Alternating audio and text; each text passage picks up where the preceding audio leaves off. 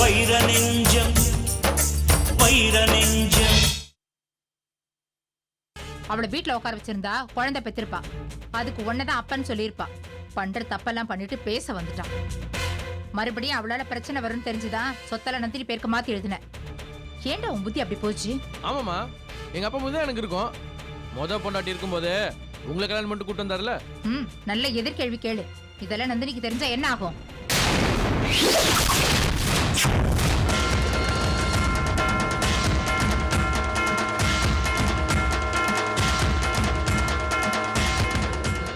வா நந்தினி. என்னத்த எனக்கு தெரியக்கூடாதுன்னு ஏதோ பேசிட்டு இருக்கீங்க. என்ன விஷயம்? என்ன சொல்லுங்க. சக்தி ஏதாவது பிரச்சனை பண்றாளா? ஆமா நந்தினி, எங்கேயோ மீட்டிங்ல சக்தியை பார்த்திருக்கான். இந்த சொத்தல நாங்க போட்ட பிச்சைன்னு சொல்லியிருக்கா. எல்லாரும் முன்னாடி அவமானப்பட்டு வந்து நிக்கிறா. என்னங்க நீங்க அங்கேயே அவளை 4 வாரத்தை நறுக்குன்னு பேசிட்டு வரலாம்ல. பேசின வரைக்கும் போதும். அத்தை, நான் வேணா சக்திக்கு ஃபோன் பண்ணி அவளை என்னன்னு கேட்கட்டுமா? நீ இப்படி கோவப்படுவேன்னு தெரிஞ்சுதான் உனக்கு தெரிய வேண்டான்னு பேசிட்டு இருந்தோம். சக்திக்கு நம்ம பதில் பேச வேண்டிய நேரம் வரும். அது வரைக்கும் கொஞ்சம் பொறுமையா இரு, நான் பாத்துக்கிறேன்.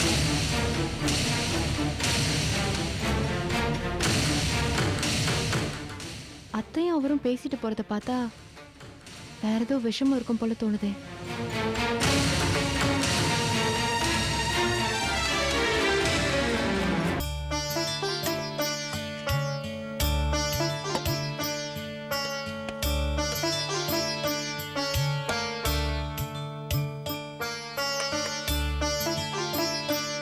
மதியம் போய் ரூம்குள்ள படுத்தவ இன்னும் எந்திரிக்கவே இல்லை.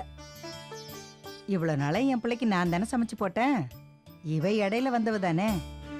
ஏன் எனக்கு சமைக்க தெரியாதா?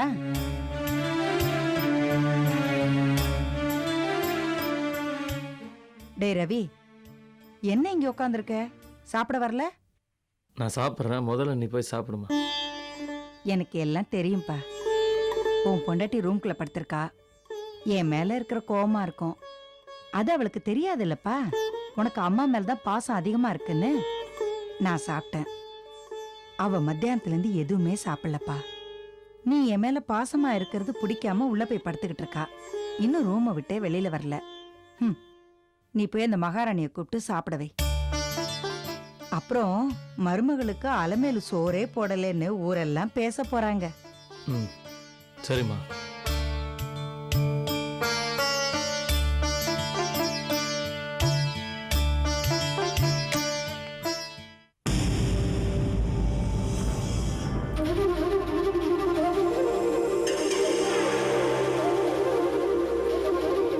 ராஜா, உங்க அம்மாவுக்கு மட்டும்தான் ரூமுக்குள்ள கதவு போட்டுக்கிட்டு நடிக்க தெரியுமா? அந்த வித்தை எங்களுக்கும் தெரியும்.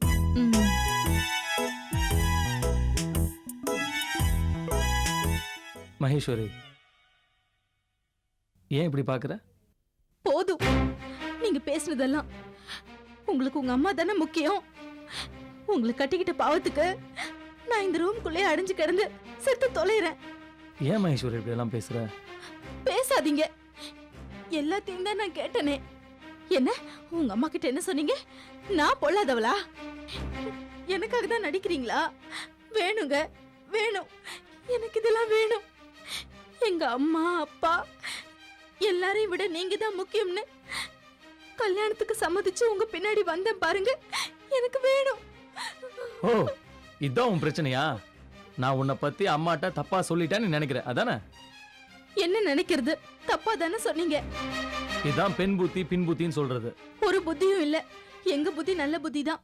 உங்க புத்தி தான் முழுக்க முழுக்க தப்பான புத்தி. அது எப்படியோ இருந்துட்டு போட்டோம்.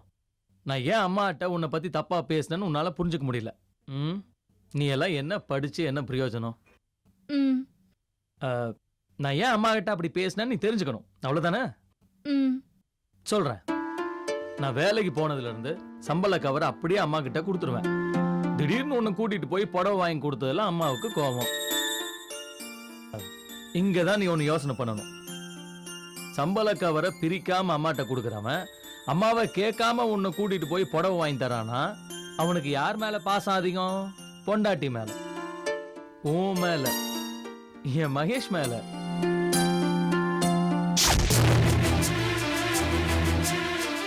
உன்னை பிடிக்கலானா இவ்வளவு வருஷம் வெயிட் பண்ணி நான் உன்னை கல்யாணம் பண்ணிருப்பேனா? கல்யாணத்துக்கு முன்னாலேயே எங்க அம்மாவுக்கு உன்னை சுத்தமா பிடிக்காது. அப்படி இருக்கிறப்போ எந்த அளவுக்கு அவங்கள கன்வின்ஸ் பண்ணி நான் உன்னை கல்யாணம் பண்ணியிருப்பேன்? ஒன்றும் இல்லை, இப்போ கூட வந்து உனக்கு அம்மாவை பிடிக்குமா இல்லை வந்து உன்னை பிடிக்குமான்னு கேட்டா எனக்கு என் பொண்டாட்டி தான் பிடிக்கும்னு சொல்லுவேன். உண்மையாவா? சத்தியமா. அம்மாவுக்கும் வயசாயிருச்சு, மாமியார் மருமக சண்டை இல்லை, அது பாட்டு கோச்சிட்டு போயிடுச்சுன்னா கெட்ட பேர் யாருக்கு? உனக்கும் எனக்கும் தான். ஊர் உலகம் என்ன சொல்லும்?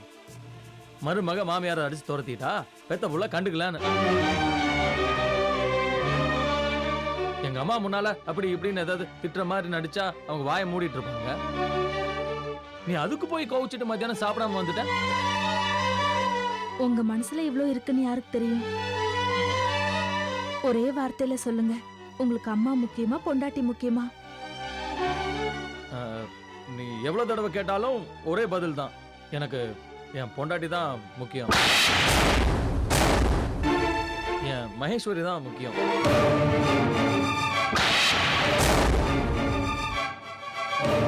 எங்க அம்மாக்கு வயசாயிருச்சு, இனி எத்தனை நாளைக்கு?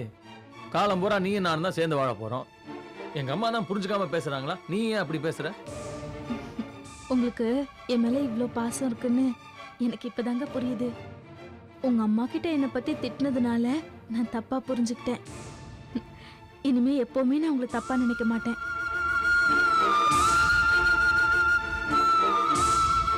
அதெல்லாம் இருக்கட்டும், மத்தியானம் நீ ஏன் சாப்பிடல? வா சாப்பிடலாம். சரி, நீங்க சாப்பிட்டீங்களா? புது பொண்டாட்டி, அதுவும் கொஞ்சம் அழகா வேற இருக்க. அப்படிங்கிறப்போ எவனாவது தனியா போய் சாப்பிடுவானா? எனக்காக நீங்க ஏன் சாப்பிடாம இருக்கீங்க? வாங்க சாப்பிடலாம், வாங்க.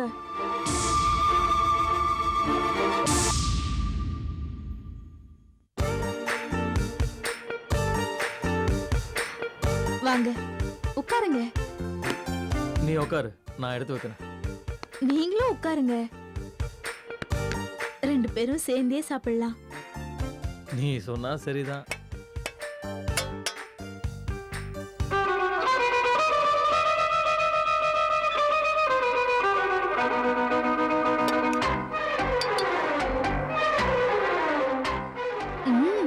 உங்க அம்மா நல்லா தான் சமைச்சிருக்காங்க. எங்க அம்மா கை பக்கம் யாருக்கும் வராது. நைஸா பேசி வீட்லயே உட்காந்து எங்க அம்மா சமையல சாப்பிடுவியா? அதை விட்டுட்டு சண்டையெல்லாம் போட்டு இதெல்லாம் என்ன பார்த்து ஃபாலோ பண்ணணும். கரெக்ட் தாங்க. இனிமே பாருங்க உங்க அம்மா கிட்ட நான் எப்படி நடந்துக்கிறேன்னு. அதான் நல்ல பிள்ளை கழகு.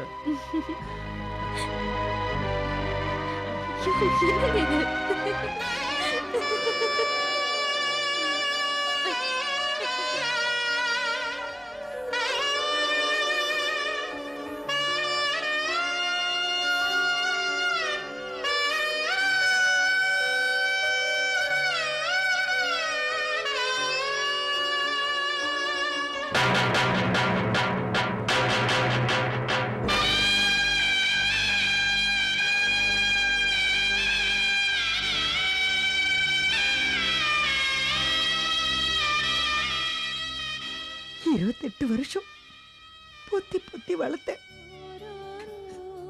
என் மேல இருக்கிற பாசத்தையே பொய்ன்னு சொல்ல வச்சுட்டாளே. அம்மா முக்கியம் இல்ல, பொண்டாட்டி தான் முக்கியம். இருடி, என் பிள்ளைய நீ மாத்திட்டல்ல, என்கிட்டயே அவனை பொய் சொல்ல வச்சுட்டல்ல. பாத்துக்கிறேன். என் பிள்ளைக்கு அம்மா முக்கியமா பொண்டாட்டி முக்கியமான்னு கொஞ்ச நாள் காட்டுறேன் பாரு. அம்மா பாசம் தோத்து போகாது. அதுவும் அலமேலு பாசம் எப்பவுமே தோக்காது.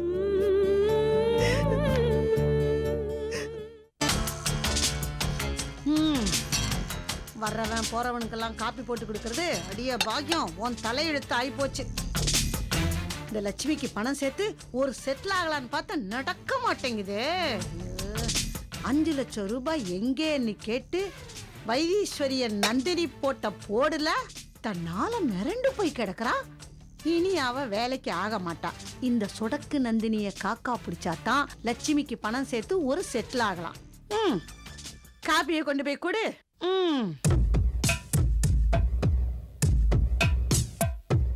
காப்பி.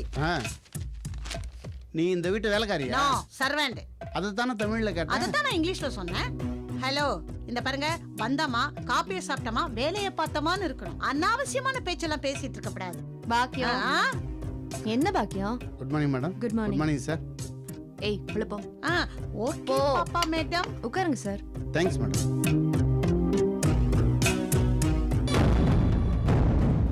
சார் இந்த பணத்தை வச்சுக்கோங்க. Thanks madam. உழைச்சு ஓடா தேயிற நமக்கு ஒண்ணு இல்ல, எவனோ ஒருத்தனுக்கு அள்ளி கொடுக்கறா பாரு. ஏன் சுவாமிநாதன், சக்தி ஆபீஸ்ல நம்ம வாங்கின இடத்த பேர்ல எல்லாரும் பணம் கொடுத்துருப்பாங்கல்ல, அந்த இடம் அவங்களது இல்லைன்னு உடனே எல்லாரும் திட்டி தீர்த்திருப்பாங்களே. இத்தனை நாளா எங்க மாமா சம்பாதிச்சு வச்ச பேரெல்லாம் ஒரே நாள்ல வீணா போயிருக்குமே. என்ன மேடம் சொல்றீங்க? சக்தி மேடம் உங்களோட பிரில்லியண்டா இருக்காங்க. அவங்க 50 இயர்ஸ் எக்ஸ்பீரியன்ஸ் இருக்கிறவங்கள விட ரொம்ப திறமையா செயல்படுறாங்க. அந்த அளவுக்கு அவங்க பிரில்லியண்டா இருக்காங்க மேடம். ஏன் சுவாமிநாதன், அவளை புகழ்றதுக்கு தான் இங்க வந்தீங்களா? இல்லைங்க மேடம், நான் உண்மையை தான் சொல்றேன். சக்தி மேடம் எந்த கஸ்டமர்கிட்டையும் அக்ரிமெண்ட் போட்டு அட்வான்ஸ் வாங்கல. அட்வான்ஸ் வாங்கலையா? என்ன சொல்றீங்க? ஆமா சார், அன்னைக்கு அட்வான்ஸ் கொடுத்து அக்ரிமெண்ட் போட்டு நிறைய கஸ்டமர் வந்திருந்தாங்க. ஆனா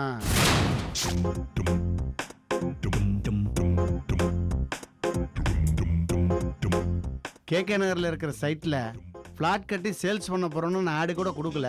அதுக்குள்ள இவ்வளவு பேர் வந்து காத்துக்கிட்டு இருக்காங்க. பாவம் நந்தினி மேடம் தான் இந்த இடத்த வாங்க போறாங்கன்னு இவங்களுக்கு தெரியாது இல்ல, எப்படியும் ஏமாற போறாங்க.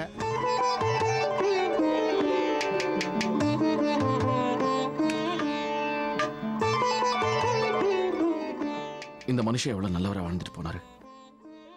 அவர் நமக்கு சம்பாதிச்சு சேர்த்து வச்ச ஒரே சொத்து நல்ல பேர் மட்டும்தான் சக்தி. இன்னைக்கு நமக்கு இந்த அளவுக்கு கஸ்டமர்ஸ் கிடைச்சதுக்கு ஒரே காரணம் அப்பாவோட பேர் தான். உண்மைதாங்க. எடுத்துக்க அக்ரிமெண்ட் கூட போடல, அதுக்குள்ள நம்ம மேல இருக்கிற நம்பிக்கையில எத்தனை பேர் பிளாட்ஸ் வாங்க வந்திருக்காங்க. எல்லாம் மாமாவோட பேருக்கு தான். மே ஐ கம் இன் சார்? வாங்க வாங்க. நம்ம கேகே நகர்ல பிளாட்ஸ் கட்டி விற்கிற விஷயம் ரொம்ப பாப்புலர் ஆயிடுச்சு. நேத்திக்கு 2-3 பேர் வந்து விசாரிச்சுட்டு போனாங்க. இன்னைக்கு 4-5 பேர் வந்து அட்வான்ஸ் கொடுக்கறதுக்காக வெயிட் பண்ணிட்டு இருக்காங்க.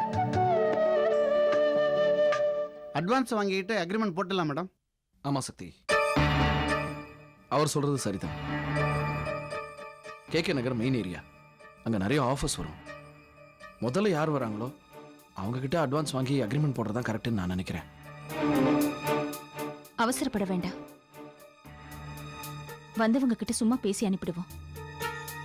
யார்கிட்டயும் பணம்னு அட்வான்ஸ் வாங்கி எழுத்து மூலமா அக்ரிமெண்ட் போட்டு கொடுக்க வேணாம். என்ன மேடம் இப்படி சொல்றீங்க?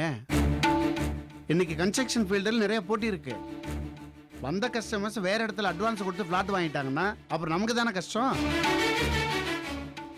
ஆமா சக்தி, வந்த கஸ்டமர்ஸ் நாம எதுக்கு சும்மா பேசி அனுப்பணும்? எப்படியும் அந்த கேகே நகர் இடத்த நம்ம வாங்க தான் போறோம். அப்புறம் என்ன? அப்படி இல்லைங்க, இன்னும் நம்ம இடத்துக்கு சொந்தக்காரர்கிட்ட முழு அட்வான்ஸ் கொடுத்து அக்ரிமெண்டே போடல. அவர் 10 நாள் டைம் கேட்கும் போதே எனக்கு என்னமோ சந்தேகமா இருக்கு. அதிக பணம் தராங்கன்னு சொல்லி அவர் வேற யாருக்காவது எடுத்து வித்துட்டாருன்னா நம்ம என்னங்க பண்றது? இப்ப நம்ம பாட்டுக்கு கேகே நகர் எடுத்து சொல்லி வர கஸ்டமர்ஸ் கிட்ட எல்லாம் அட்வான்ஸ் வாங்கிட்டோம்னா நாளைக்கு இடம் இல்லைன்னு வச்சுக்கோங்க, கஸ்டமர்ஸ்க்கு என்ன பதில் சொல்றது? பிசினஸ்ல லாபமோ நஷ்டமோ நல்ல பேர் மட்டும் இருந்தா போதும், எப்படியோ முன்னேறலாம். மாமா வாங்கி வச்சிருந்தது மக்கள் மத்தியில நல்ல பேர் தாங்க, அதை நம்ம காப்பாத்தி ஆகணும். கரெக்ட். நான் இந்த ஆங்கிள் யோசிக்கவே இல்லை. நம்ம யார்கிட்டயும் பணம் வாங்க வேண்டாம் சார். 10 நாள் பொறுத்து இடத்த நம்ம பேர்ல ரெஜிஸ்டர் பண்ணிட்டு அதுக்கப்புறமா பிசினஸ் பண்ணா போதும். நந்தினி மேடத்தை விட சக்தி புத்திசாலி தான். எப்படி யோசிக்குது பாரு. என்ன யோசனை சாமிநாதன்? வந்திருக்கிற கஸ்டமர்ஸ் எல்லாம் மீட் பண்றதுக்கு ஏற்பாடு பண்ணுங்க. Okay madam.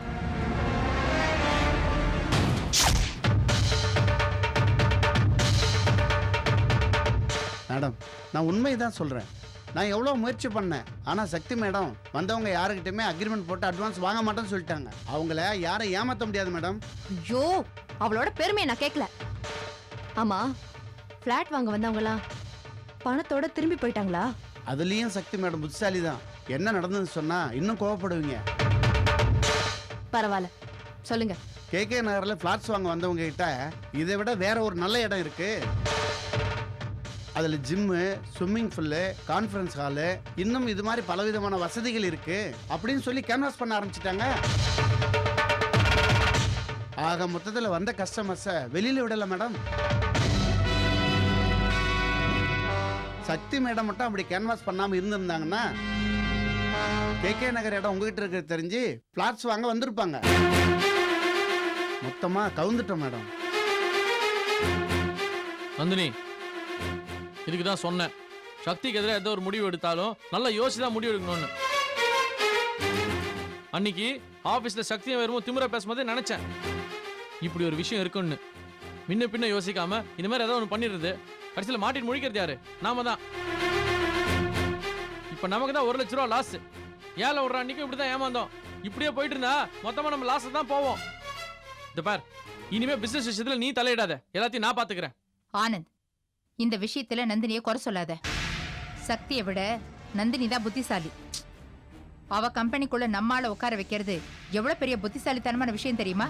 அது சரிம்மா, நாம தான் இப்ப நஷ்டத்துல இருக்குமே. இந்த நஷ்டம் சாமிநாதன் மூலமா பின்னாடி பெரிய லாபமா முடியும் ஆனந்த். நானும் நீயும் யோசிக்கல சக்தி இடத்துல நம்மால உட்கார வைக்கணும்னு. நந்தினியை பாராட்டுறதை விட்டுட்டு திட்டிட்டு இருக்க. நல்லா சொல்லுங்க அத்தை. இவர மாதிரி முன்கோபப்பட்டா எதுவுமே வேலைக்காகாது.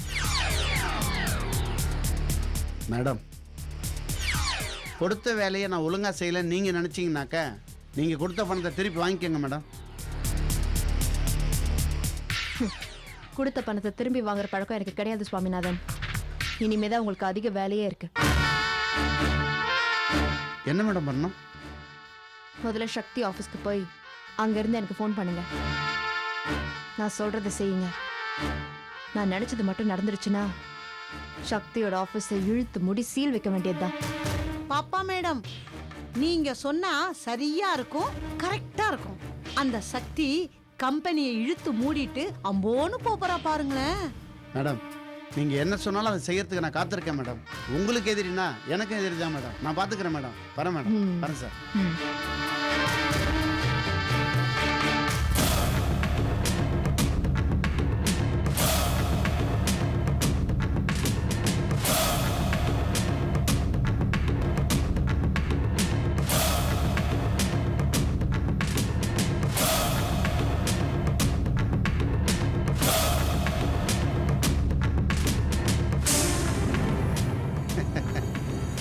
நான் நல்லவனா கெட்டவனான்னு உங்களுக்கு டவுட்டாக இருக்குல்ல?